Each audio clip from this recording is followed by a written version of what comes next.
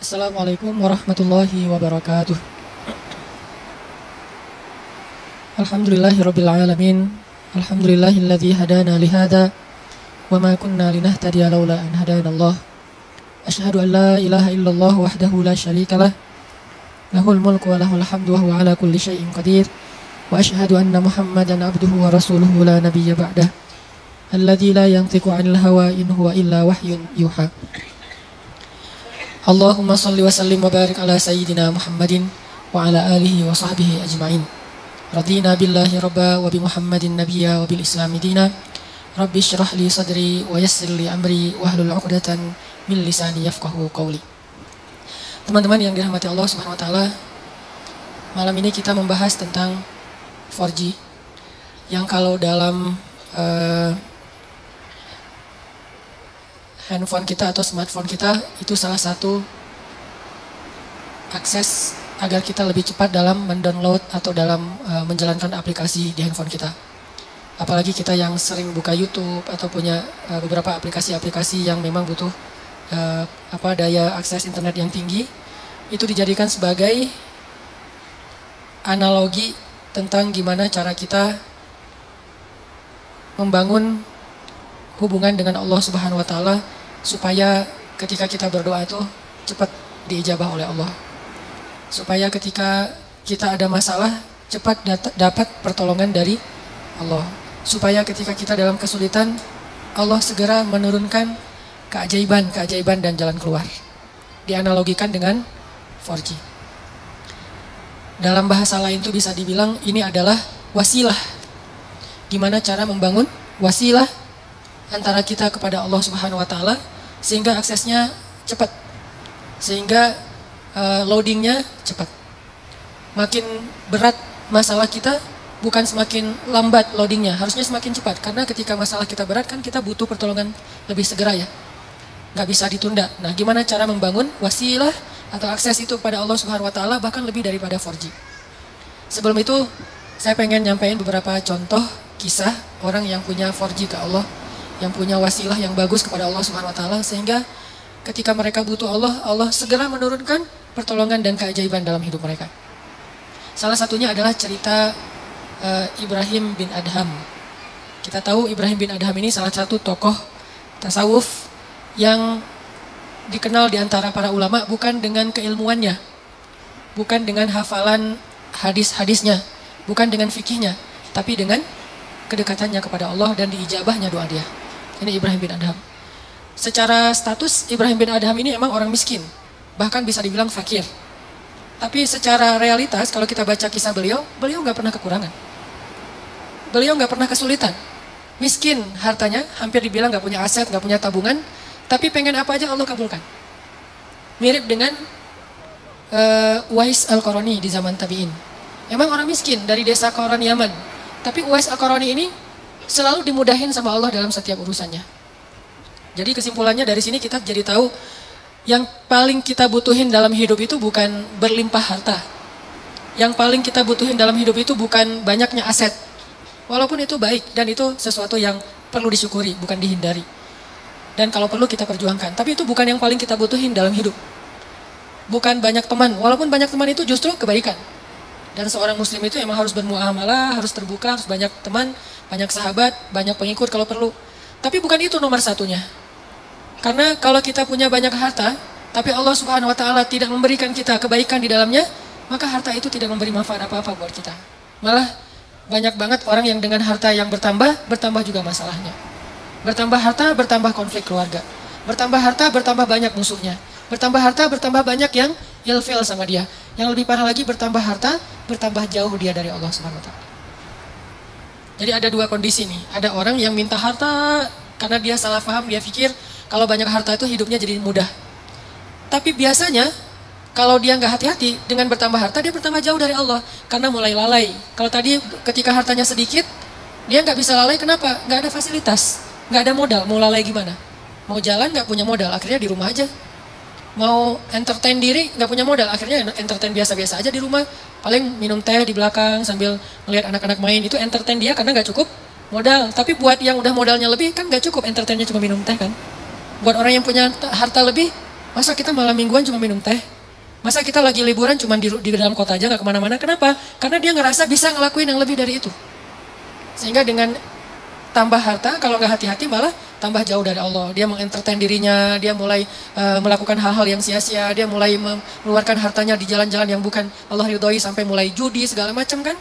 Karena ngerasa dia punya uang dan tidak masalah kalau rugi-rugi dikit lah, orang tabungan saya masih banyak. Mulailah dia ke Singapura, ke Hong Kong, ke tempat-tempat yang walaupun bukan ke kotanya yang kita permasalahin, ke beberapa spot atau tempatnya. Ini dia minta harta banyak nih. Ternyata harta itu tidak ngasih dia kenyamanan hidup. Belum lagi nanti dengan kehidupan lifestyle-nya yang udah berubah, rumah tangganya udah gak nyaman. Saya punya teman yang pernah ngerasain yang kayak gitu beberapa orang. Dan curhat. Alhamdulillahnya udah hijrah sekarang. Dia ngerasa, kenapa ya uang saya banyak, berlimpah, bisnis saya lancar, kok saya kayak jauh gitu dari anak.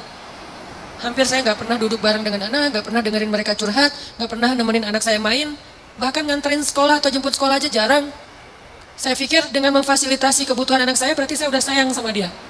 Udah ada mobil pribadi khusus buat istri, buat anak, ada 3 anak masing-masing 1 mobil. Dengan alasan yang masih logis. Kalau 1 mobil bertiga nggak efektif karena sekolahnya jauh-jauh takut telat. Belum lagi nanti pulang sekolahnya beda waktu, kan nggak nyaman. Akhirnya dikasihlah 3 mobil dan itu logis sebetulnya. Dengan 3 driver. Bayar sekolah yang paling mahal. Kemudian di rumah masing-masing kamar tuh ada entertainnya dengan layar besar, layar datar gede dan segala macam, ada game segala macam. Pokoknya kehidupannya tuh udah sangat terfasilitasi, tapi kok nggak happy.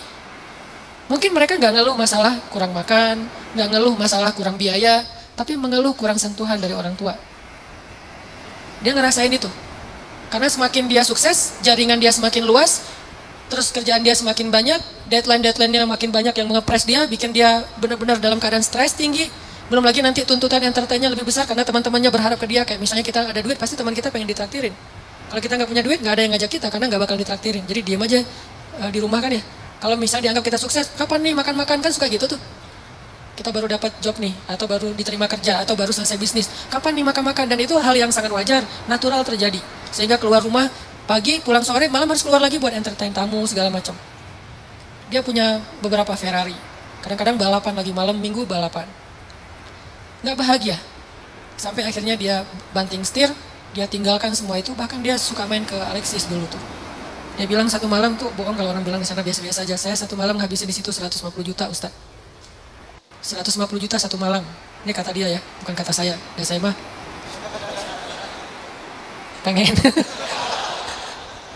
pengen berdakwah, curiga aja. Enggak lah, niatnya berdakwah, pulang nauzubillah gitu. Dia 150 juta semalam menghabiskan di sana, dan dia tahu beberapa orang tamu-tamunya yang dibawa ke sana tuh.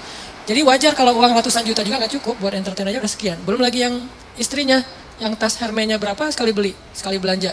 Belum lagi nanti biasanya kebutuhan mereka kan bertambah sesuai dengan kemampuan ya. Kayak misalnya tadinya kalau masih kemampuannya terbatas, naiknya motor bebek yang ngisi bensinnya paling Pertalite. Dan itu juga berapa sih sebulan gitu kan. Kalau udah yang cc-nya 4.000 mobil, belum lagi motornya, dari pajaknya aja udah beda, dari servisnya aja udah beda. Pasti drivernya beda, harga driver mobil Avanza sama driver yang udah pakai mobil-mobil mewah tertentu, pasti beda harganya. Berarti bertambah kebutuhan bulanannya nih. Belum lagi mereka kalau mau tadi entertain itu udah beda seleranya. Kalau misalnya duit udah banyak, udah nggak mau lagi jalan-jalannya dalam negeri dong. Minimal Singapura. Lagian kadang-kadang udah sampai ada kesan, bosan ke Singapura bosan. Kemana tuh? Ke Jepang? Bosan. Kemana? Ke Hong Kong? Bosan juga. Jadi banyak kota, banyak negara udah bosan. Maunya entah ke kutub atau ke planet lain gitu. Saking banyaknya duit. Dan itu natural terjadi loh. Pasti kayak gitu. Nggak usah jauh-jauh, kita aja kadang ngerasain walaupun bukan masalah bab luar negeri ya. Kayak misalnya tadinya jajan di warung juga udah cukup. Ketika nambah uang harus di mall. Yang tadinya beli baju tuh cuma di pasar Andir juga cukup. Sekarang harus ke PVJ, ke TSB. Kenapa beda? Karena kemampuannya udah bertambah. Jadi seleranya juga nambah. Rasa-rasanya pakai baju yang nggak ada brand itu kayak malu gitu. Ketika kita udah punya kemampuan, lebih semuanya harus branded. Kehitung aja dari ujung kepala sampai ujung kakinya itu berapa juta. Satu ini aja udah, kadang sepatu di rumahnya itu sampai beberapa lusin. Ada yang udah sampai lupa, saya punya sepatu itu ya sampai kayak gitu. Artinya, ini kalau Allah kasih harta doang, bukan harta doang ya. Karena kalau harta masih ada kalimat berkah, baik. Jadi jangan menjudge orang kaya, bukan. Kalau cuman harta doang, ini kondisinya kayak gitu. Satu lagi kondisinya, nggak dikasih harta, tapi Allah kasih kasih sayang Allah. Allah kasih perhatian Allah. Allah bikin dia jadi preferred hamba, jadi VIP. Dia mungkin nggak punya harta, tapi ketika dia butuh ada aja. Allah ngasih dia kebaikan sesuai dengan kebutuhan dia. Ya Allah, saya udah lama nih ngontrak pengen punya rumah sendiri. Tiba-tiba Allah mudahin rezekinya, bisa beli. Udah gitu normal lagi rezekinya. Ya Allah, kayaknya saya butuh kendaraan biar lebih nyaman dalam beraktivitas, biar lebih nyaman saya ngelakuin kegiatan-kegiatan sosial, biar lebih nyaman saya berdakwah kalau dia seorang dai. Allah kasih harta, beli mobil sesuai dengan kebutuhan dia, akhirnya normal lagi. Jadi grafiknya itu sesuai kebutuhan. Bukan naik, dia nggak butuh dan itu bahaya. Dia grafik rezekinya naik, sementara nggak berbanding lurus dengan kebutuhan itu malah jadi bahaya. Akhirnya larinya kemana? Ke entertain. Kalau grafik rezekinya naik sesuai kebutuhan, itu akan istilahnya berkah, bermanfaat banget. Kayak misalnya tiba-tiba dia dikasih rezeki karena emang bentar lagi anaknya mau sakit. Sebelumnya Allah udah siapin. Tiba-tiba dapat beberapa usaha, proyek dan segala macam, dapat untung anaknya sakit. Jangan langsung suudzon sama Allah. Kayaknya nggak bisa nih saya dapat uang sedikit langsung dikasih ujian. Bukan. Allah kasih rezeki itu karena Allah udah tahu anak kita mau sakit. Disiapin dulu. Jangan dibalik. Giliran saya ada rezeki sakit, inilah itulah segala macam. Kayak nggak bisa aja saya pegang duit. Bukan, kebalik. Kalau Allah nggak takdirkan anaknya sakit, mungkin nggak ada rezeki sebelumnya. Jadi Allah siapin dia, biar dia nggak panik. Karena Allah tahu batas kuota iman dia itu Allah tahu. Ada orang yang imannya dikasih ujian dulu, baru dikasih pertolongan. Ada yang Allah imannya dikasih pertolongan dulu, baru dikasih ujian. Kan beda-beda nih. Nah kita nggak tahu, kadang kita ngerasain disiapin dulu sama Allah, baru dikasih ujian. Kadang-kadang juga dikasih ujian dulu, baru dikasih pertolongan. Kadang-kadang nggak dikasih ujian aja, ngeluh. Nah ini lebih parah lagi nih. Nah kadang kondisinya kayak tadi, kita disiapin dulu sama Allah, dimudahin dulu urusan-urusan kita, dilancarkan dulu rezeki kita, baru dikasih ujian. Kenapa kok tetap dikasih ujian? Karena Allah pengen ngelihat kita masih believe nggak sama Allah, masih keep the faith nggak, masih berdoa nggak kepada Allah, walaupun rezeki kita udah cukup nih untuk ngatasin masalah kita. Akhirnya kita pakai rezeki itu, dan Allah pengen uji juga, kira-kira kita berat nggak nih dengan ujian itu ketika Allah sudah memberi kita rezeki. Dapat uang misalnya baru kemarin ada project gitu dapat 100 juta. Udah gitu terjadi musibah, anak sakit, habis setengahnya 50 juta. Kita ngeluh. Kalau saya nggak ada masalah, pasti saya masih utuh nih 100 juta. Enggak, justru Allah Subhanahu Wa Taala ngasih kita bonus 50 juta, gara-gara Allah pengen ngasih kita ujian. Kalau nggak ada ujian, mungkin 50 juta, 100 juta sama sekali nggak ada, nol. Hanya kebutuhan harian kita doang. Kenapa nggak berbaik sangka kayak gitu kepada Allah? Sama kayak tadi, misalnya saya pernah mobil saya keserempet. Orangnya zolim, marah duluan, dia curi start. Sebelum saya marah, dia marah dulu. Kebiasaan. Kalau kita kan sebelum orang marah kita minta maaf duluan ya. Kita baik-baikan duluan, kita ketawa duluan biar nyaman nih ngomong komunikasinya. Dia enggak, dia marah duluan. Akhirnya karena dia marah duluan, dia kayak punya bergening gitu. Akhirnya saya terpaksa bayar 1,5 juta. Nggak lama seminggu kemudian saya dapat 15 juta dari sebuah usaha. Waktu itu saya masih punya beberapa usaha. 15 juta. Kadang yuaswis, datang setan nggak bisikin. Kalau kemarin nggak ada masalah udah utuh nih 15, udah jadi 16 juta setengah kan. Ini gara-gara kemarin ada masalah jadi pas 15 juta nggak ada tambahan. Enggak. Kalau kemarin saya nggak keluarin duit 1,5 juta, maka nggak ada 15 juta. 15 juta itu reward Allah buat keikhlasan, kesabaran saya. Bukankah Allah mengganti kerugian hambanya dengan yang lebih baik? Jadi logika ke Allahnya kayak gitu. Sehingga ada hamba yang kalau kita lihat dia nggak punya aset yang berlebih. Ada sih cuman nggak banyak-banyak amat. Nggak punya tabungan yang kayak gimana gitu, biasa aja tabungannya. Masih normal banget. Bahkan sedikit riskan. Ini gimana kalau anaknya sakit, nggak ada duit? Kan ada Allah. Ini bukan kata-kata pasrah ya. Ini kata-kata tawakal. Beda pasrah sama tawakal. Pasrah nggak berikhtiar. Tawakal tetap ikhtiar, tapi ikhtiar itu tangan. Hatinya bergantung kepada Allah. Jangan sampai hati bergantung ke tangan. Jadi kalau tangan nggak megang duit, hati resah. Harusnya tangan mah megang duit, megang emas, megang perak, megang apa aja. Itu nggak ngaruh ke hati orang, hatinya gantungnya ke Allah. Bukankah di antara arti ikhlas itu adalah tidak ada bedanya antara emas dengan batu? Di mata orang yang beriman, tidak ada bedanya emas dengan batu. Sama di mata dia. Nggak membuat dia lebih bahagia gara-gara dia pegang emas, nggak membuat dia berkeluh kesah gara-gara dia megang batu. Biasa aja. Dia manfaatkan emas, dia syukuri, dia sedekah, dia pakai untuk fasilitas dirinya, dia berikan hak-hak orang yang ada di dalamnya. Kalau dia pegang batu, ya sudah, dia bersabar. Jadi nggak ngaruh buat dia, karena hatinya di langit bukan di bumi, cuman tubuhnya yang di bumi. Karena kita kan terdiri dari dua elemen ya, ada roh, ada jasad. Roh kita berasal dari langit, jasad kita berasal dari bumi, diciptakan dari tanah, itu jasad. Tapi roh itu tiupan Allah. Sehingga harus kembali kepada fitrah masing-masing. Roh itu adanya hati, maka hati kita harus selalu terikat dengan langit, walaupun realitasnya tubuh kita tetap berada dan berpijak di bumi. Jangan sampai hati ikut-ikutan berpijak di bumi. Inilah yang jadi bahaya.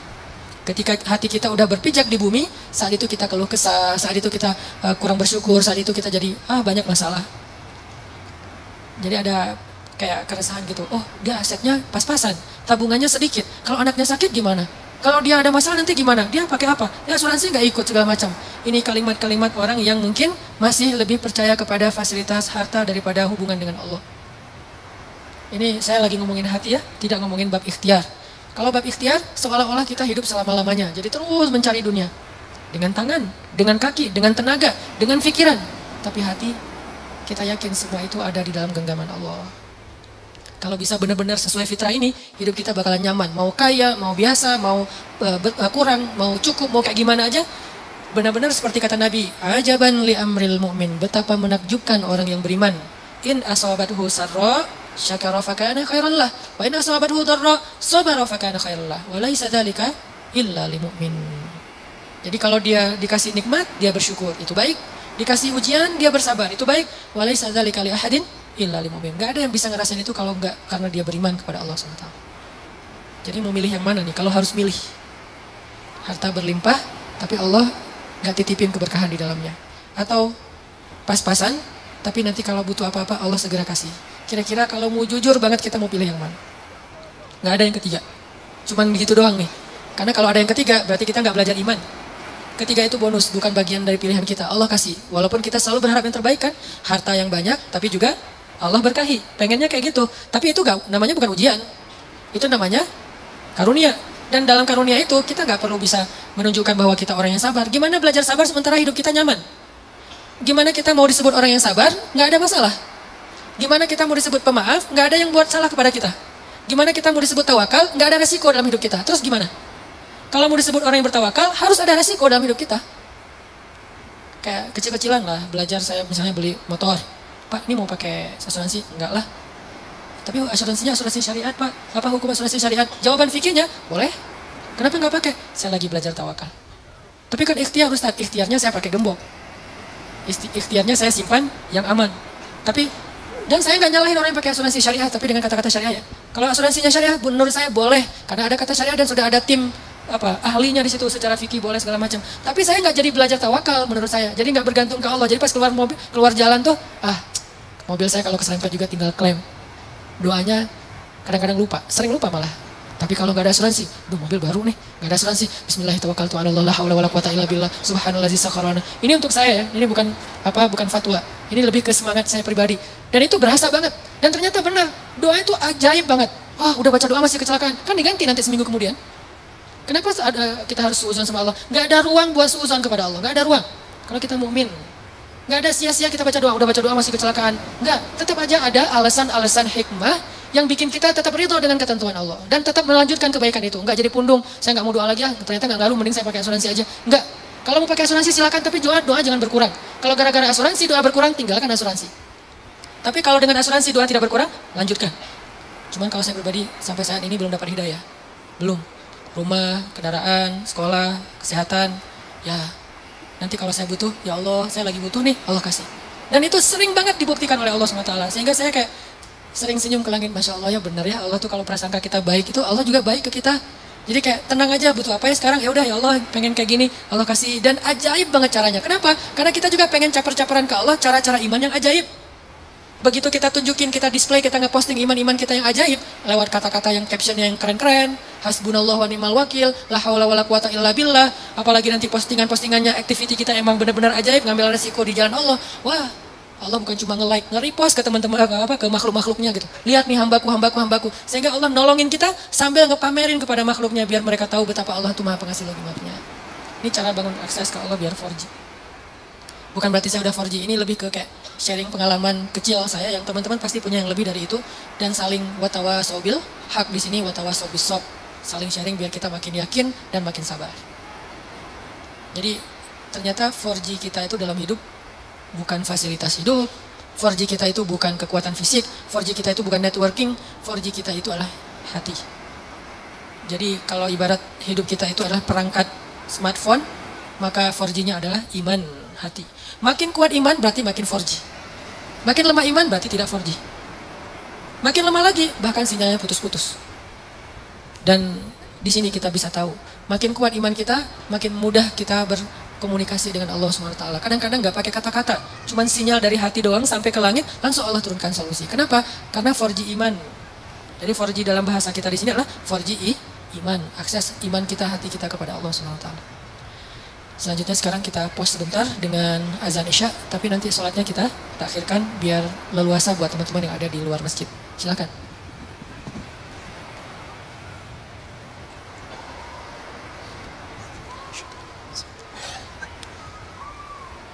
Allah. Teman-teman yang dirahmati Allah Subhanahu wa taala, orang yang sudah sampai ke derajat termasuk di antara aulia atau wali-wali Allah Subhanahu wa taala atau punya akses yang udah 4G ke Allah Subhanahu wa taala tuh tidak selalu hidupnya berlimpah harta, tapi berlimpah rahmat. Jadi buat dia cara berpikirnya bukan, wah kayaknya saya udah tenang nih soalnya saya udah siap kalau ada apa-apa, saya bisa bayar, saya bisa ngongkosin, saya bisa ngebiayain, saya udah punya duit, saya punya tadi asuransi segala macam. Bukan gitu pola pikir dia. Karena gimana pun itu terfasilitasi, bukankah sembuh dan sehat di tangan Allah? Bukankah masalah itu ada dan dicabut itu Allah yang tentuin? Bukankah lebih baik kita nggak kena musibah daripada harus membayar musibah? Kayak misalnya nih, kita pakai sebuah jaminan. Dengan harapan kalau nanti saya kena musibah, saya bisa ngeklaim. Bagusan mana dengan kita minta jaminan dihindarkan dari musibah-musibah? Dihindarkan sama sekali atau dihindarkan dari yang paling besar? Sehingga dikasih hanya musibah-musibah kecil. Atau sama sekali dihindarkan. Tentunya kalau misalnya kita mau berpikir logis, harusnya kita memilih jaminan yang dihindarkan sama sekali kan? Daripada yang gak apa-apa kena musibah asal bisa ngeklaim dan gak akan rugi tambahan. Walaupun setiap bulan juga ada biaya ini. Ini cara berpikir yang selama ini mungkin harus kita bangun kembali nih. Kita rekonstruksi lagi pola pikir tentang iman. Pola pikir yang robbaniyin kalau dalam bahasa Al-Quran. Arti robbaniyin tuh karena berlandaskan iman, bukan hanya berlandaskan logika matematika kita. Kayak misalnya sedekah. Kata Nabi, nggak ketemu sedekah dengan musibah di hari yang sama. Berarti kan dihindarkan kan? Terus sholat subuh. Siapa yang sholat subuh berjamaah, berarti dia berada di dalam fahuwa fi zimmatillah, berada dalam jaminan Allah. Berarti kan dijamin sama Allah nih. Kalau gitu nggak perlu pakai lagi nih. Boleh, nggak apa-apa pakai jaminan-jaminan dari manusia, lembaga-lembaga kayak gitu, kayak asuransi syariah. Boleh, nggak apa-apa. Cuman jangan sampai hati kita terlibat di situ. Itu kan ikhtiar ya. Bagian dari ikhtiar walaupun tidak harus, tapi bagian dari ikhtiar silakan aja. Cuman jangan terlibat hati. Bagian ikhtiar kan bagian fisik, bagian jasad, bagian tubuh, tangan dan kaki, bukan hati. Hati kita tuh harus jaminannya ke Allah. Nggak boleh kita merasa tenang hanya gara-gara ada kartu asuransi. Nggak boleh merasa tenang. Baru tenang ada kartu asuransi, tapi tadi subuh salat subuh. Tenang tuh. Baru tenang dengan asuransi, tadi juga udah sedekah pagi-pagi, baru tenang. Nah kalau iman kayak gini udah ada di hati kita, nih insya Allah nih udah 4G nih. Tapi kalau tenang gara-gara asuransi, subuh juga nggak masalah, sedekah juga nggak masalah, belum lagi yang lain-lainnya nih, silaturahim, membantu orang lain, oh berarti kita nggak 4G sebetulnya, bahaya tuh hidup kayak gitu tuh. Kalau ternyata, tapi saya udah mempraktekkan ini sekian tahun Ustaz dan nggak ada masalah, istidraj. Sanastadrijuhum min haitsu la ya'lamun. La ya'lamun, justru mereka nggak ngira, justru mereka nggak nyangka. Kalau udah nyangka namanya bukan istidraj. Ini nih pola pikir yang kita bangun teman-teman. Makanya kan Rasulullah SAW itu orang yang sangat wasilah dengan Allahnya tuh udah dekat banget ya.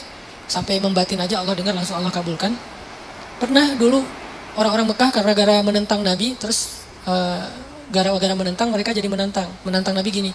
Kalau emang kamu benar-benar Nabi Allah, coba kamu buktikan dengan cara kamu datangkan azab-azab kepada kami seperti yang pernah terjadi kepada Firaun, Namrud, Samud, Ad. Coba kamu datangin. Nabi nggak mau berdoa. Wah berarti dia nggak benar nih, dia bohong tuh buktinya nggak berani berdoa karena dia takut nggak akan dikabulkan. Apa jawaban Nabi? Kalau saya sampai berdoa seperti itu, binasalah kalian. Karena doa Nabi kan nggak ditolak sama Allah. Kalau mereka minta bukti-bukti yang nggak merugikan mereka, Nabi akan lakuin. Contoh, coba kamu belah tuh bulan, kan nggak ngerugiin mereka ya. Nggak membahayakan orang-orang kafir walaupun bulan terbelah. Nabi kalau saya berhasil dengan izin Allah membelah bulan, apakah kalian beriman? Ya kami akan beriman. Janji, deal. Ya Allah, tunjukkan kekuasaanmu. Bulan terbelah, benar-benar terbelah. Apa kata-kata mereka? Muhammad telah menyihir mata-mata kita. Gak beriman juga. Wah benar-benar kamu tuh benar-benar penyihir yang luar biasa. Banyak penyihir yang menunjukkan hal-hal yang gak logis. Tapi ini di atas mereka. Kamu tuh benar-benar lebih dahsyat dari para penyihir. Jadi penyihir nomor 1 lah. Kata Nabi, kalau kalian masih tetap tidak percaya, coba kita tunggu orang lain yang tidak terlibat di sini, yaitu para musafir. Yang datang dari luar kota, nanti kita tanya besok pagi kalau mereka datang, apakah semalam kalian melihat bulan terbelah? Ya sudah, kalau mereka bilang terbelah, berarti benar bahwa bulan itu terbelah, dan kami beriman. Ya udah kita buktiin, tunggu besok. Pagi-pagi datang musafir, tanya langsung ngumpul tuh di depan Ka'bah. Apakah semalam kalian melihat kejanggalan di langit? Ya, apa? Bulan terbelah. Benar ya Muhammad, bukan hanya bisa menyihir mata kita, mata orang lain yang gak hadir juga disihir. Gak beriman. Sampai Allah mengatakan, kalaupun engkau datangkan 1000 ayat-ayat Allah, bukti-bukti kebesaran Allah, mereka tetap tidak beriman. Jadi kalau Nabi dimintain ngedoain hal-hal yang buruk untuk mereka, Nabi nggak mau mengedoakan. Kenapa? Nabi kasihan sama mereka. Karena Nabi itu doanya nggak ditolak sama Allah. Bayangin kalau Nabi bilang, ya Allah, bikin Abu Jahal stroke. Stroke itu waktu itu juga. Tiba-tiba Abu Jahal. Kan ada ayatnya di surat Al-Alaq, ayat-ayat terakhir kan. Kami cabut ubun-ubunnya. Kalau Allah udah cabut ubun-ubunnya kan otomatis stroke tuh. Itu bahasa stroke versi surat Al-Alaq loh. Arti cabut ubun-ubunnya kan tiba-tiba darahnya itu jadi apa? Pecah pembuluh darahnya di kepala kan. Itu kan mencabut ubun-ubun tuh, pecah pembuluh darahnya di. Bayangin kalau Abu Jahal pecah pembuluh darahnya di kepala, terus bagaimana cara mendawahin dia? Karena Nabi itu memanfaatkan doa yang diijabah bukan untuk nyakitin orang, untuk memberi kebaikan buat orang itu. Kan Nabi punya kesempatan nih ngedoain, dan doa Nabi diijabah banget. Nabi punya 2 pilihan, mendoakan yang buruk atau mendoakan yang baik. Nabi memilih yang baik, itulah akhlak Nabi. Kalau kita ditempatkan di situ, kan doa orang yang terzalim itu diijabah, ya udah doain aja. Itu kan berarti kita nggak neladanin Nabi sebetulnya. Ini kalimat ini harus dipahami lebih dalam ya, karena sering salah persepsi di Indonesia, kita selalu melihat dari angle negatif. Doa orang yang terzalimi itu nggak akan ditolak oleh Allah. Kalimat ini adalah kalimat nasihat untuk orang yang zalim, bukan orang yang terzalimi. Pahami konteks hadis. Jadi orang dibacakan ayat-ayat ini, hadis-hadis ini untuk kalau dia mau menzalimi orang lain atau sudah menzalimi orang lain supaya dia menghentikan kezalimannya. Kayak kita ngomongin ini ke Bashar Assad, presiden Rusia ini agak mirip. Bingung menyebutnya. Presiden Suriah. Kita ngomong, wahai Bashar Assad, kalau kamu zalim kepada rakyatmu, kamu membunuh anak-anak kecil, kamu menghentikan bantuan ke Gota, doa mereka itu nggak akan ditolak oleh Allah. Ngomongnya ke siapa? Ke Bashar Assad. Sama kayak kita dizalimin teman kita. Ngomongnya ke yang zalim. Jangan sampai kita datang ke teman kita yang lagi terzalimi, doa orang terzalimi itu diijabah loh. Itu namanya kita manas-manasin orang untuk mendoakan yang buruk. Harusnya kita ngomong kayak gitu tuh ke orang yang zalim supaya dia menghentikan kezalimannya, takut dengan doa orang yang mazlum. Kita malah angle-nya kebalik. Giliran kita terzalimi, mumpung nih doa gua diijabah sama Allah. Ya Allah, hancurkanlah dia sehancur-hancurnya ya Allah. Hati-hati ya, doa juga ada porsinya. Karena doa itu seperti kisos. Kalau kita mendoakan orang lain lebih dari hak kita, maka kelebihan itu akan balik lagi kepada kita. Dia naik mobil atau motor, terus ngejipratin air ke kita. Ya Allah, jauhkanlah dia dari jodohnya. Apa hubungannya jodoh dengan air? Harusnya hak kita cuma, ya Allah mudah-mudahan nanti ada orang yang jipatin air ke dia. Cuma sebatas itu kan? Kan al-jaza min jinsil amal, balasan sesuai dengan jenis amal. Artinya ya kisosnya segitu doang. Jangan sampai ke urusan jodoh lah, sakit lah apa. Ini jadi kayak lebay gitu kan ya, norak banget sih. Itu doa yang norak namanya tuh. Dan kelebihan dari porsi itu akan balik lagi pada yang ngedoain kan bahaya. Nanti kita malah nggak nikah-nikah gara-gara pernah terzalimi. Udah terzalimi, nggak nikah pula, kan rugi. Jadi itu bukan hadis buat orang yang terzalimi teman-teman. Itu hadis untuk orang yang ngezalimin. Sama kayak Nabi kalau misalnya baca hadis tentang istausu bin nisa'i khairan, perlakukanlah perempuan itu secara baik. Itu bukan hadis untuk cewek, itu hadis buat cowok. Jadi yang ngucapin hadis itu harus melihat dulu siapa di depannya. Kalau di depannya seorang ibu, seorang istri, dia ngomong kayak gitu berarti dia sedang meracokin rumah tangga orang. Karena si istri ini nanti akan nuntut suaminya seperti di dalam hadis. Itu hadis diucapin kepada suami, jangan didengar oleh istri. Kenapa? Nanti dia akan memikirkan haknya, bukan mikirin kewajiban. Tapi kalau hadis tentang seandainya saya boleh menyuruh manusia sujud kepada manusia, saya suruh istri sujud kepada suami. Yang ngomongin itu adalah istri. Jadi ada materi ibu-ibu, ada materi bapak-bapak. Jangan sampai seorang ustadz ceramah tentang sujudnya perempuan kepada suaminya di depan suami, itu bikin suami makin kegeeran. Wah, sayang istri saya nggak datang nih, padahal bagus banget nih materi malam ini, gitu kan ya? Akhirnya minta ke panitia, ada nggak rekaman yang semalam untuk apa pak? Mau saya share ke istri saya. Ini yang terjadi. Dan ustaznya juga salah ngomong di depan bapak-bapak. Gimana kalau campur dua-duanya? Berarti yang seimbang infonya. Jangan berat sebelah. Ini namanya adil kan? Karena dengan adil itu lebih dekat kepada ketakwaan. Jadi intinya Nabi itu doanya diijabah. Tapi beliau nggak memanfaatkan buat ngehancurin musuh-musuhnya. Kecuali memang sudah masanya kayak Nabi Nuh. Doa beliau kan diijabah. Dalam waktu yang 950 tahun, doa beliau hanya untuk kebaikan kaumnya aja. Ya Allah beri mereka petunjuk ini. Tapi Allah yang menentukan. Setelah 950 tahun, baru Nabi Nuh berdoa, ya Allah hancurkanlah orang-orang kafir itu sehancur-hancurnya. Jangan biarkan mereka punya keturunan, karena keturunan mereka akan merusak di muka bumi. Kapan Nabi Nuh doa itu? Setelah 950 tahun berdoa. Wajar nggak sih ngedoain kayak gitu? Ditentang, dihina, dicela, dibully. 950 tahun dibully loh di grup. Kita baru berapa lama dibully di grup geng kita? Share hadis, wah sok soleh, ada ustadz, ada nabi palsu, segala macam. Udah 950 tahun, akhirnya kita keluarin lagi kalimat, ya Allah hancurkanlah semua anggota member grup ini. Belum 950 tahun. Jadi manfaatkanlah kesempatan kita kalau lagi dizolimi untuk ngedoain yang baik-baik. Kalau nggak bisa yang baik-baik buat orang lain, karena nggak rela banget nih, minimal untuk diri sendiri, apa salahnya? Kan itu kesempatan banget kan buat kita berdoa dan Allah ijabah. Kalau nggak bisa ngedoain, ya Allah beri dia petunjuk, kayak rasanya agak-agak kayak nggak rela gitu kan. Udah jahatin saya, didoain yang baik lagi. Nggak semua orang mampu, realistis aja lah. Kalau nggak bisa gitu, minimal buat diri sendiri, ya Allah tambahkanlah kesabaran saya.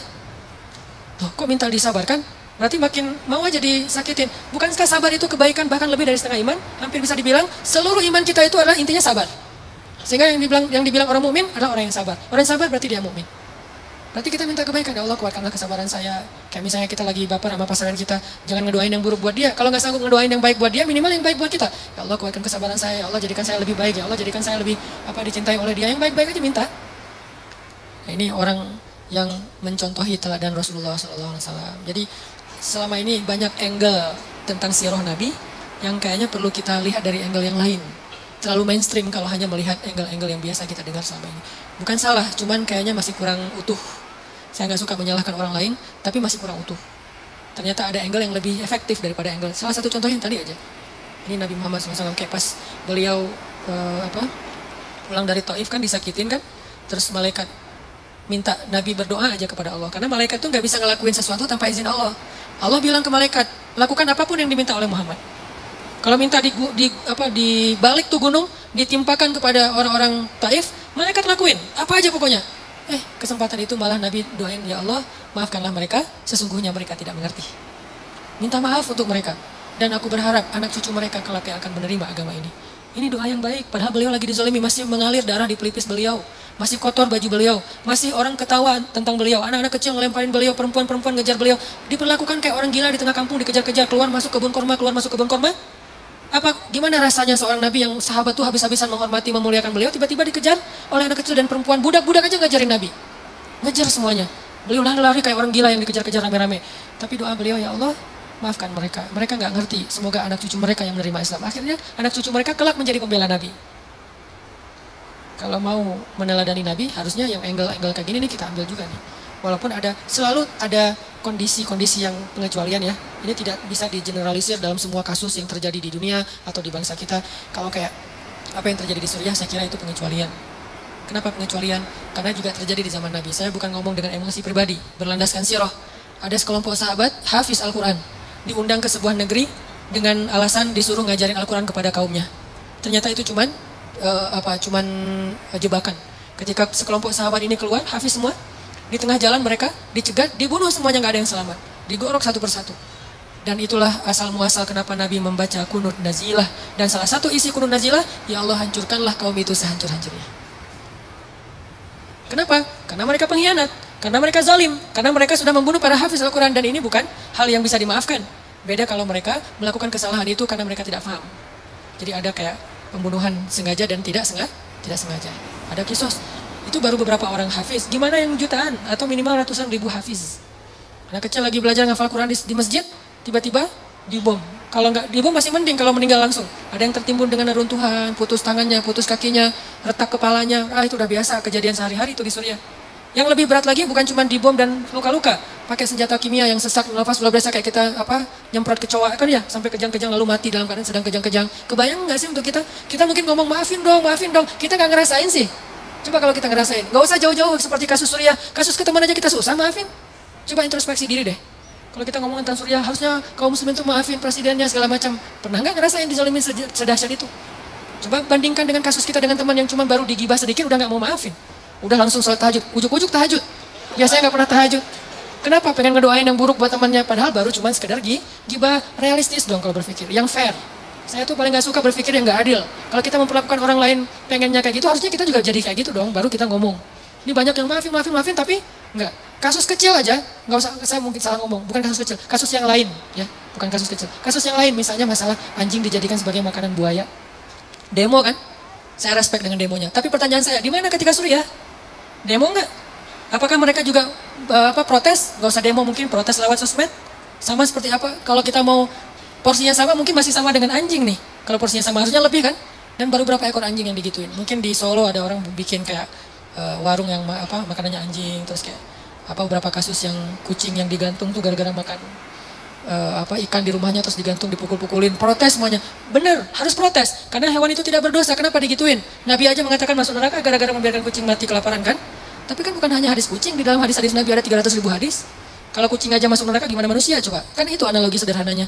Kalau kucing aja dosanya besar banget, anjing aja ngasih minum bisa masuk surga, gimana ngasih minum orang yang terzalimi di Gota, di Aleppo, di Suriah, Palestina, Rohingya? Gimana rasanya? Gimana pahalanya coba? Jadi ini baru fair. Saya nggak memprotes sama sekali tentang demo anjing, demo kucing segala macam. Itu keren.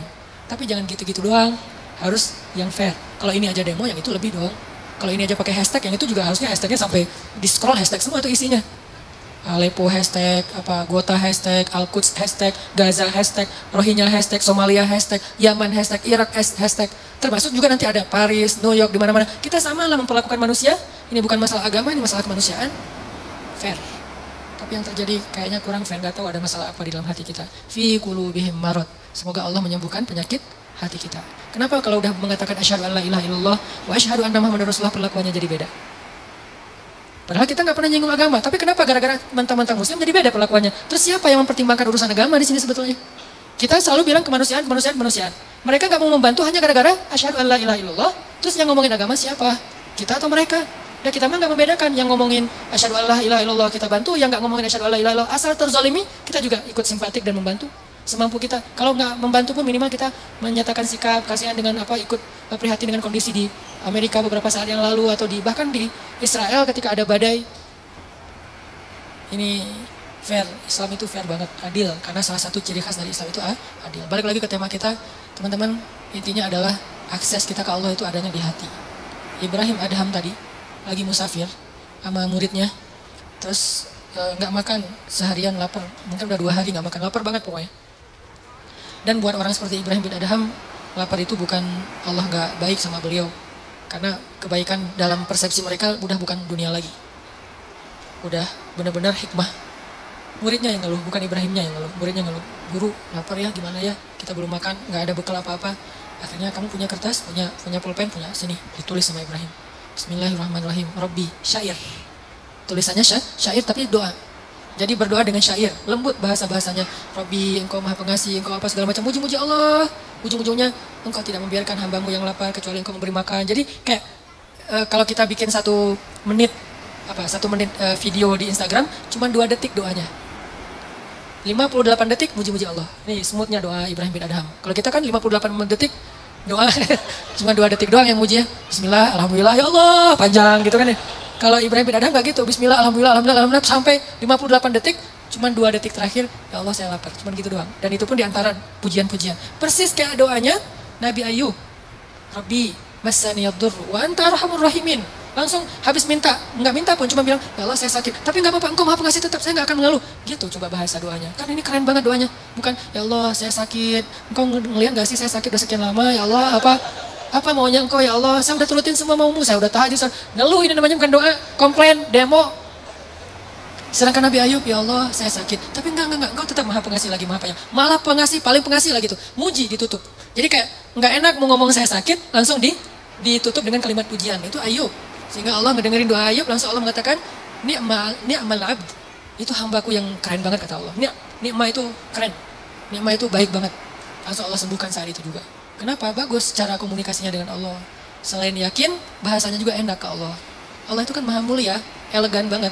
Jadi jangan sampai kita komunikasi sama Allah itu bahasa-bahasa yang di jalan. Harusnya kita komunikasi dengan Allah itu dengan bahasa elegan, karena kita lagi berhadapan dengan zat yang maha elegan, maha mulia, maha bijaksana, maha santun.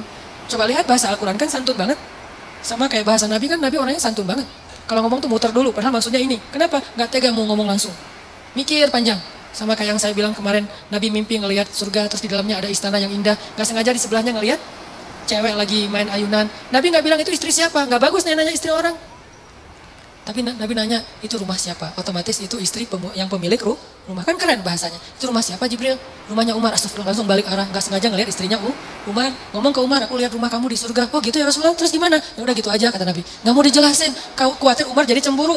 Nabi kok ngeliat istri saya sih kan jadi gitu ya, nggak enak ya. Dia memanya Nabi, ya Rasulullah jelasin gimana suasana rumah saya, pekarangan kayak gimana gitu. Terus kata Nabi, nggak usah lah Umar, udah cukup segitu aja, berbahagialah. Ya Rasulullah, ngejar terus akhirnya, maaf ya nggak sengaja istri kamu lagi ayun-ayunan saya ngeliat, tapi nggak sengaja loh Umar. Ya Rasulullah, Umar tersenyum. Bagaimana mungkin saya cemburu kepada engkau ya Rasul? Baru Nabi lega gitu. Kan lembut banget cara Nabi bertutur. Allah aja nyuruh Nabi Musa dan Harun ngomong ke Firaun itu, wa qula lahu qawlan layyinan. Ucapkanlah untuk Firaun itu kalimat yang lembut, wahai Musa dan Harun. Karena Allah tahu banget lah hamba yang satu ini, Musa ini kalau ngomong, wah orasi Musa teh. Beda dengan Harun diplomasi kan. Kalau Musa itu orasi, orator banget. Wahai Firaun, harusnya gitu. Tapi enggak, wahai Firaun. Gara-gara apa? Baca deh secara emosi ayat di surat Toha dan Al-Qasas. Makanya saya suka tafsir fi Zilalil Quran, nanti teman-teman bisa cari di toko buku. Tafsirnya Syekh Said Qutb yang ditulis dalam penjara tuh. Karena itu tafsir yang paling emosional. Dia kayak ngelibatin emosi hamba yang beriman dalam memahami sejarah adegan-adegan kayak gitu. Sehingga kita kebayang gitu kejadiannya. Kalau nggak ada emosinya kan kayak flat ya. Kayak kita baca adegan biasa aja. Ternyata kalau kita baca dari angle emosional kita terlibat dalam ayat Al-Quran, itu benar-benar Nabi Musa itu berbicara lembut dengan Firaun. Firaun ngomong, Nabi Musa diam. Nggak dibantah sama Nabi Musa. Nanti pas Firaun udah selesai ngomong, baru Nabi Musa ngomong. Nggak ada bantah-bantahan, potong pembicaraan, apa segala macam, pura-pura teleponnya, disconnect, akhirnya diputus. Maaf ya tadi keputus, padahal emang sengaja diputus. Nggak ada Nabi Musa kayak gitu. Didengerin, udah selesai ngomong, dijelasin lagi. Dan jujur, siapa yang ngomong gini, wahai Musa? Allah, kata Musa. Kamu tahu ini nggak? Nggak tahu, Allah yang tahu. Saya tanya dulu ke Allah, jujur, nggak so tahu. Ini bahasa-bahasa yang lembut, kita ke Allah juga gitu. Nabi Zakaria. Zikru rahmati rabbika abadahu Zakaria idh nada rabbahu nidaan khafiyya, suara yang lirih. Ngomong sama Allah itu lembut. Qala rabbi inni wahana al-'azmu minni washta'ala ar-ra'su shayba wa lam akun bidu'aika rabbi shaqiyya. Di ayat yang lain, Rabbi habli min ladunka dzurriyyatan thayyibah innaka sami'ud du'a. Apa rahasia dari kalimat ini? Nabi Zakaria itu udah berdoa puluhan tahun loh, tapi selalu mengatakan engkau maha mendengar doa. Bukan, engkau dengar gak sih ya Allah? Bukan. Udah puluhan tahun minta anak masih ngomong sesungguhnya engkau maha mendengar doa. Pujian, nggak ngeluh sama sekali. Kan bagus banget bahasanya. Harusnya awal-awal engkau maha mendengar doa ya Allah. Engkau dengar kan ya Allah? Dengar gak sih? Nah kan berubah nih. Awalnya yakin, mulai ragu, akhirnya ingkar. Ini kita, kalau Nabi Zakaria makin lama berdoa, makin innaka sami'ud du'a, engkau maha mendengar doa, engkau maha mendengar doa, terus aja gitu. Belum dikabulkan sehari, sebulan, setahun, innaka sami'ud du'a, 2 tahun, innaka sami'ud du'a, 10 tahun. Sampai puluhan tahun masih kalimatnya innaka sami'ud du'a, engkau maha mendengar doa. Apa kurang yakin Nabi Zakaria? Makanya Allah tuh sayang banget akhirnya dikasih, langsung sekali dikasih, anak terbaik. Bisa dibilang kata sebagian ulama satu-satunya orang yang nanti di hari akhirat ketika dibangkitkan gak punya dosa. Yahya alaihissalam. Makanya kalimatnya wassalamun alaih yauma wulida wa yauma yamutu wa yauma yub'atsu hayya. Selamat dia ketika dia dilahirkan, selamat ketika dia diwafatkan, dan ketika dia dibangkitkan udah selamat. Bangkit udah selamat. Jadi kalau di antara sahabat ada yang dijamin masuk surga, itu kualitasnya kayak gitulah kurang lebih Nabi Yahya di antara para anbiya. Pastinya semua itu adalah keutamaan yang dimiliki oleh Rasulullah SAW. Cuman kalau di nabi-nabi yang lain di-share beda-beda. Kalau Nabi Muhammad semua keutamaan para anbiya ada pada diri beliau. Tapi nabi-nabi yang lain beda-beda. Nabi ini lebihnya di sini, nabi ini lebihnya di situ. Karena kata Allah, wa kadzalika faddalna ba'dahum ala ba'd. Begitulah kami berikan kelebihan sebagian nabi atas sebagian yang lain. Beda-beda kelebihannya. Tapi Nabi Muhammad merangkum semua kelebihan para anbiya dari Nabi Adam sampai Nabi Isa. Semua mukjizat ada pada beliau, cuman nggak semua dikeluarin. Kalau mau, beliau tuh kayak avatar gitu kan. Semua elemen dikumpulin kan. Itu Muhammad banget tuh. Yang lain kan dibagi-bagi, ada yang api, ada yang tanah, ada yang air. Ini semuanya dapat. Nabi Sulaiman dengan jinnya. Nabi Muhammad bisa lebih dari itu, cuman gak mau pamer. Kalau mau, Nabi Muhammad bisa lebih dari Nabi Sulaiman, ngumpulin pasukan jin. Nabi Sulaiman berperang dengan pasukan jin. Nabi Muhammad pasukan malaikat, lebih keren siapa? Cuman kan bukan kita mau banding-bandingin para anbiya ya. Lebih kepada mau ngelihat betapa luar biasanya Nabi Muhammad. Nabi Sulaiman perang pakai pasukan jin, ada jin penyelam, free dive gitu, jinnya teh. Dan ayatnya emang gitu, jin penyelam, berarti kan free diver ya. Kalau free diver sekarang mungkin 500-600 meter nyelam, itu udah kilometer loh. Itu benar-benar free diver yang legend banget lah, udah kedalaman yang sampai nggak tembus cahaya matahari. Ada jin yang kerjanya sebagai juru masak, chef. Bayangin jin chef, tuh gimana masakannya? Darah, tulang gitu ya. Jadilah masakan-masakan yang istimewa, jin lagi nge-chef gitu di dapur. Tiba-tiba free divernya tuh datang, kasihan banget sih lo kerjanya di dapur melulu, gak pernah ke laut. Emang di laut gimana? Wah keren banget, gua nyelam setiap hari tuh udah dimana-mana udah terumbu karang di daerah Bunaken, dimana-mana udah gua lihat tuh. Ada jin server, wah ombak di sana masih lebih keren di sini nih, ombak udah barrel, udah segala macam. Pokoknya jin-jin laut nih, jin cai. Ini ada jin ulin, ada jin yang di dapur ya. Jin ulin nih yang udah biasa ulin, selalu postingan snapgram mereka tuh seru-seruan yang di dapur ya. Kok saya mah snapgramnya piring lagi. Datang nih jin laut, manas-manasin jin dapur. Lu ikutin dong sekali-kali, kita lagi ini bentar lagi kita mau touring loh gitu. Oh gitu, ya, yuk kita ikut touring nih, gua sediain nih motor buat lo. Misalnya kalau nggak mau pakai yang mahal-mahal amat, minimal lo pakai yang Triumph lah misalnya. Lo pakai nih Triumph punya gua, kalau nggak mau pakai Harley. Oh beneran. Ah nggak jadi, kenapa? Last minute dia bilang nggak jadi. Padahal touring udah pada siap nih, orang udah pada ngumpul di meeting point. Kenapa nggak jadi? Takut kepada Sulaiman. Padahal Sulaiman nggak ada. Bukan cuma nggak ada, sudah tiada. Bukan cuma nggak ada, sudah tiada. Artinya mereka nggak tahu kalau Sulaiman sudah wafat. Cuman wafatnya keren sambil duduk. Kalau kita bukan kita. Kalau orang yang nggak beriman mungkin wafatnya jungkir balik ya. Ini duduk aja tenang sambil zikir wafat. Baru jatuh gara-gara tongkat beliau pegang itu dimakan rayap. Dan kira-kira berapa lama buat rayap butuh waktu untuk merusak tongkat. Dan itu tongkat warisan para nabi, berarti tongkat yang kayunya bagus. Beberapa hari kan? Atau mungkin beberapa bulan. Artinya sekian lama itulah jin nggak tahu kalau Sulaiman udah wafat. Terus gimana jin mengatakan tahu hal yang gaib? Sulaiman di sebelah mereka nggak tahu kalau wafat. Kemungkinannya adalah bohong saja. Nggak mungkin jin tahu. Kalau dia tahu yang gaib, dia pasti tahu Sulaiman sudah wafat. Ini jin. Nabi Muhammad pasukannya malaikat. Kalau Nabi Sulaiman lalu lalang jin keluar masuk ke istana beliau, Nabi Muhammad malaikat keluar masuk ke masjid beliau. Dan bukan malaikat biasa. Dzu mirratin, malaikat yang paling wibawa, paling karismatik, malaikat paling diseganin di langit. Kalau dia lewat semua malaikat pada diam. Ada yang lewat. Siapa? Jibril. Kalau Jibril udah lewat, diam semuanya. Kenapa? Wibawanya Jibril. Kalau Jibril ngomong, malaikat pada nunduk semuanya. Wibawanya Jibril. Malaikat sekeren ini teman mainnya Rasulullah SAW. Soulmate-an berdua. Sampai kalau Jibril nggak datang, Nabi Muhammad sedih. Kemana ya Jibril, udah lama nggak ngopi bareng.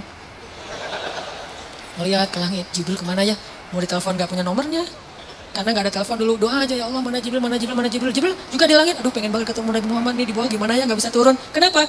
Wa ma natanazzalu illa bi amri rabbik. Asbabun nuzul ayat itu di surat Maryam. Kami tidak turun Muhammad kecuali perintah Allah. Pengen sih turun, cuma belum ada perintah, jadi nggak bisa.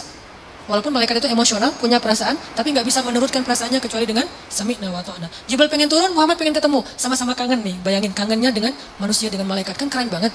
Malaikat aja kangen sama Nabi, kita nggak ada yang ngangenin. Aduh, ini malaikat aja kangen, kan keren banget akses 4G-nya ya. Pas Jibril turun, Jibril, Rasulullah, slow motion. Akhirnya Nabi nanya Jibril kemana aja. Kok nggak pernah ketemu udah beberapa hari? Ya Rasulullah, saya juga kangen. Tapi kata Allah, wa ma natanazzalu illa bi amri rabbik. Kami tidak turun kecuali dengan perintah Allah. Akhirnya ditulis syair, bahasa-bahasa yang lembut. Ada sedikit kalimat ya Allah, kami lapar. Tapi kecil, ibarat baitnya panjang, cuma setengah bait kami lapar. Sisanya puji-pujian ke Allah. Lalu setelah Ibrahim bin Adham selesai nulis kayak gitu, digulung kertasnya, dikasih ke muridnya, dia bilang, keluarlah dari masjid ini, serahkan kertas ini kepada orang yang pertama kamu temui di luar masjid. Siapa? Pokoknya siapa aja. Laki-laki ya, bukan cewek. Bahaya kalau cewek. Laki-laki pertama yang kamu temui di luar masjid. Keluar tuh. Lagi di jalan di depan masjid, tiba-tiba muncul seorang laki-laki, lagi bawa bungkusan gitu. Assalamualaikum, waalaikumsalam Pak, ini ada kertas dari siapa? Dari guru saya. Pas dibaca langsung menangis laki-laki itu, diserahkan bungkusan itu, kembalilah kepada gurumu. Pas dibuka adalah 1000 dinar. Siapa laki-laki itu? Allahu a'lam. Semudah itu menyelesaikan masalah di antara mereka. Bukan berarti kita berharap sedekah, bukan ya. Ini hanya sebuah inspirasi. Semudah itulah memberi rezeki kepada hamba yang Allah ridhoi. Jadi kalau kita punya 4G ke Allah itu sebetulnya cuma butuh gini doang. Ya Allah. Gitu doang masalahnya. Kadang-kadang nggak pakai ya Allah doang. Allah, beres. Kadang-kadang nggak pakai Allah, cuma ahad. Belum jelas kan? Cuman satu. Tapi bukan dalam masa kampanye ya. Satu, itu langsung Allah beri pertolongan. Kan Bilal itu nggak ngomong, ya Allah tolonglah saya lagi disiksa nih. Lo lihat nih bekas-bekas siksaan. Nggak ada. Cuman satu kata pendek loh. Kalau kita kan doanya tuh udah buka baju dan tunjukin, ya Allah nih lihat nih saya lukanya banyak nih apa segala macam. Pokoknya udah lebay banget lah kalau kita berdoa ya. Sahabat doanya nggak lebay, lembut. Ahadun ahad, ahadun ahad. Langsung saat itu juga ditolong sama Allah. Mana Ustaz ditolong, kan berbulan-bulan Bilal disiksa. Emangnya pertolongannya itu hanya dengan dibeli oleh Abu Bakar dan dimerdekakan? Salah paham lagi nih. Pertolongan pertama Allah kalau hambanya lagi UGD, bukan dibikin langsung sembuh, tapi dikuatkan hatinya dengan kesabaran. Itulah pertolongan pertama. Bilal ketika disiksa, Allah nggak langsung nolong Bilal dengan cara dibeli sama Abu Bakar di hari yang sama. Hari ini disiksa, hari ini dibeli, hari ini dibebasin.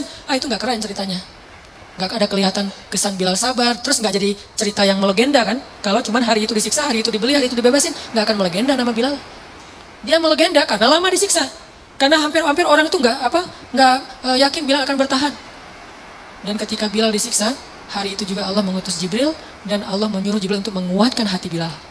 Kayak disupport banget Bilal semua. Jadi ibarat Bilal didorong, Jibril yang nahan di belakang. Jadi badan Bilal itu nggak perlu pakai tenaga, pasrah aja. Kayak kita lagi tawaf puncak, tawaf ifadah tuh di Ka'bah. Kalau lagi tawaf ifadah, kita tawaf tuh nggak perlu melangkah, berdiri aja, muter sendiri.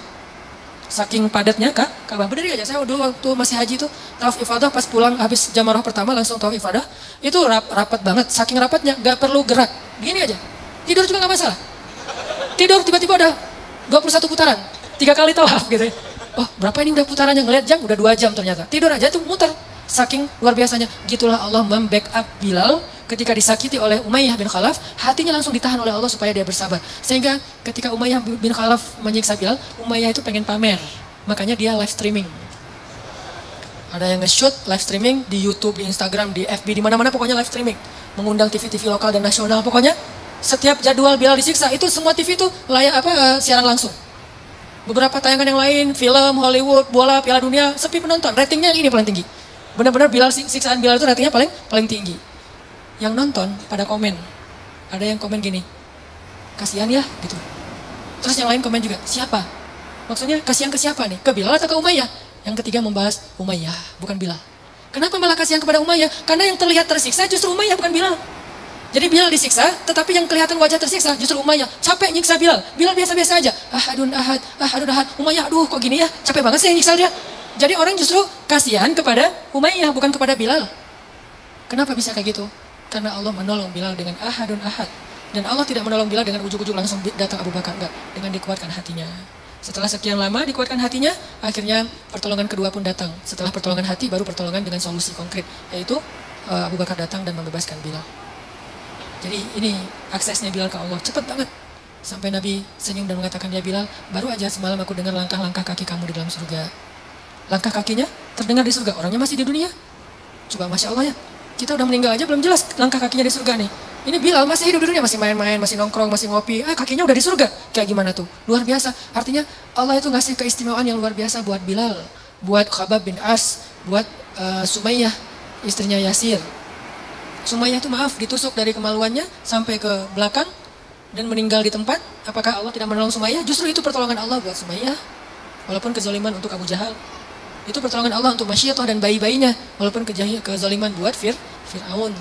Jadi teman-teman, akses 4G kita ke Allah itu dimulai dengan iman. Kemudian dengan caption yang indah. Kita kalau posting captionnya lama mikir ya. Udah lama akhirnya tanya-tanya. Bikin sendiri captionnya.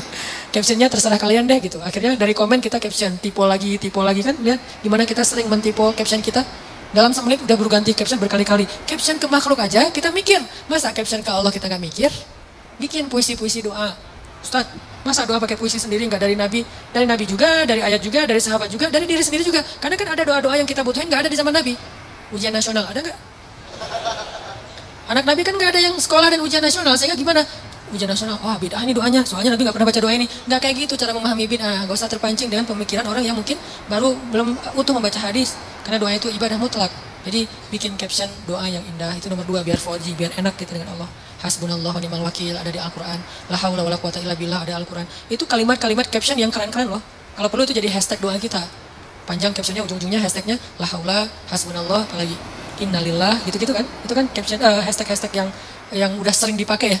Sehingga nanti kalau mau ngelihat doa-doa kita itu tinggal buka hashtagnya kan kebaca tuh. Dan makin sering kita pakai hashtag itu makin di like. Lebih banyak likersnya di antara para malaikat.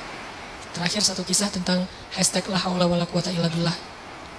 Ada seorang sahabat miskin datang ke Nabi ngadu. Dia bilang, ya Rasulullah, anak saya ditawan oleh musuh. Dan mereka meminta tebusan. Kalau saya nggak membayar tebusan 100 dinar itu kurang lebih sekitar 300 juta atau mungkin lebih. Kalau saya nggak menebus anak saya 100 dinar malam ini juga, mereka akan membunuh anak saya. Deadline-nya besok pagi, malam ini saya harus bawa tebusan itu. Saya nggak punya harta ya Rasul, saya udah minjam ke tetangga, nggak ada yang sanggup. Sedikit-sedikit belum sampai 100 dinar, ya Rasulullah gimana? Rasulullah juga lagi bokeh, nggak punya duit. Sahabat-sahabat banyak yang di luar kota, jadi nggak ada yang bisa dimintain tolong. Akhirnya ketika itu Nabi bilang kepada dia, dawamkan la haula wala quwata illa billah malam ini juga. Oh gitu ya Rasulullah, ya siap-siap, assalamualaikum, langsung pulang. Keren kan imannya? Berarti kan 4G imannya udah mantap nih, bukan ya Rasulullah itu kan baru kata-kata, belum duit. Ya saya la haula juga, tapi kan butuh duit juga ya Rasulullah, kan kita harus ikhtiar segala macam. Itu mal iman logis, sehingga dikasihlah pertolongan yang logis. Ilman terlalu ilmiah dikasih pertolongan yang ilmiah. Ini iman ajaib dikasih pertolongan ajaib. La haula disuruh. Nabi juga tahu nggak mungkin Nabi ngasih la haula kalau Nabi punya duit. Pasti dikasih duit sama la haula. Ini karena nggak punya apa-apa. Dan apa yang dikatakan Nabi itu pasti benar, nggak mungkin Nabi bohong. Jadi iman kepada Nabi itu udah kuat banget. Sami'na wa ata'na. Nabi bilang, perbanyak zikir la haula. Siap ya Rasulullah pulang. Sampai di rumah istrinya udah nunggu dengan cemas. Gimana Pak? Gimana Pak? Ya orang miskin manggilnya bukan Pak. Gimana Bah? Gimana? Ya gitu. Udah dapat belum duit? Belum Mah. Terus gimana? Tadi udah ketemu Rasul. Terus gimana apa kata Nabi? Disuruh dawamin zikir la haula. Oh yaudah yuk kita wudu. Dawamin lah sepanjang malam mereka berdua la haula wala quwata illa billah. Iman. Setelah ikhtiar, memang ikhtiar dulu ke tetangga, ke teman, ke siapa-siapa, ke finance gak ada karena gak ada punya jaminan, jadi gak dapat uang juga. Tetap ikhtiar, tapi gak berhasil. Tapi kan bukan berarti setelah itu tertutup maka gak ada harapan. Bukankah Allah itu selalu mampu dan maha kuasa? Zikir la haula. Tiba-tiba subuh-subuh anaknya ngetok pintu. Assalamualaikum, assalamualaikum. Dibukain pintu, anaknya wajahnya berseri-seri, peluk gitu udah nangis-nangisan. Setelah itu tanya, gimana kamu bisa selamat? Siapa yang menebus kamu? Allah yang menebus saya. Gimana caranya? Dijelasin. Semalam tiba-tiba pengawal-pengawal yang jagain saya diikat di sebuah pohon korma. Terus orang-orang prajurit pada di sekeliling saya, gak ada jalan buat saya untuk kabur. Untuk lepas dari ikatan aja susah, apalagi kabur. Tiba-tiba datang kayak angin yang sangat dingin dan membuat semua prajurit itu tertidur pulas. Kayak gitu cara Allah menolong. Diberi mereka rasa ngantuk, tertidur pulas semuanya.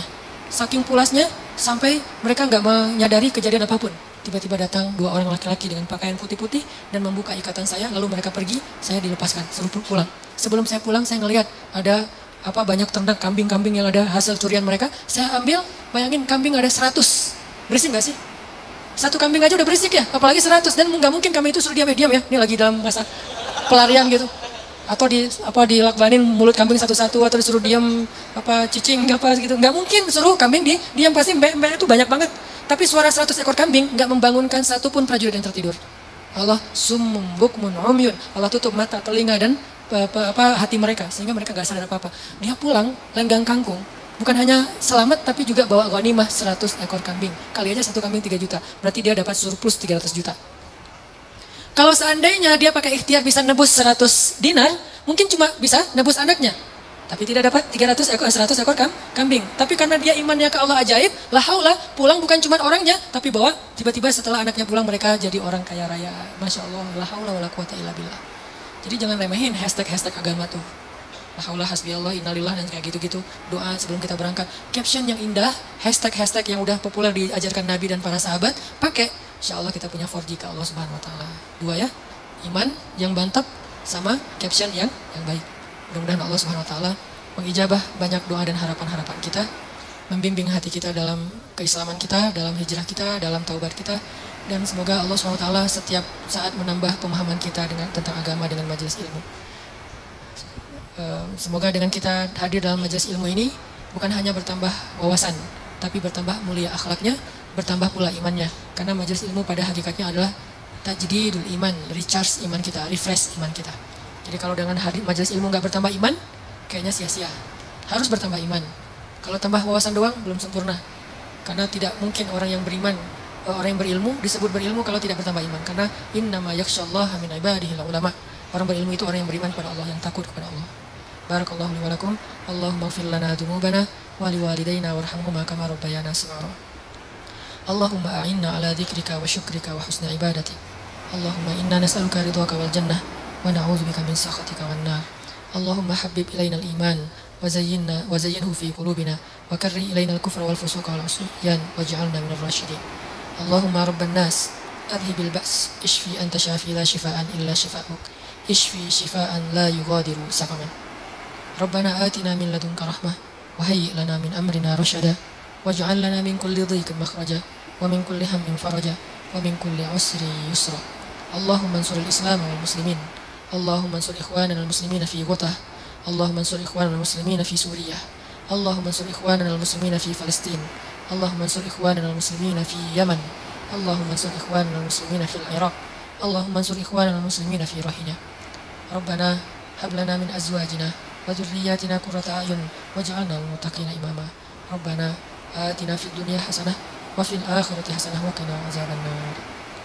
Teman-teman yang dirahmati Allah, sekali lagi saya tetap mengumumkan bahwa pintu donasi kita belum ditutup, kesempatan donasi masih terbuka, insya Allah sampai pertengahan April, karena saya berangkat ke kamp pengungsi Suriahnya pekan terakhir di bulan April.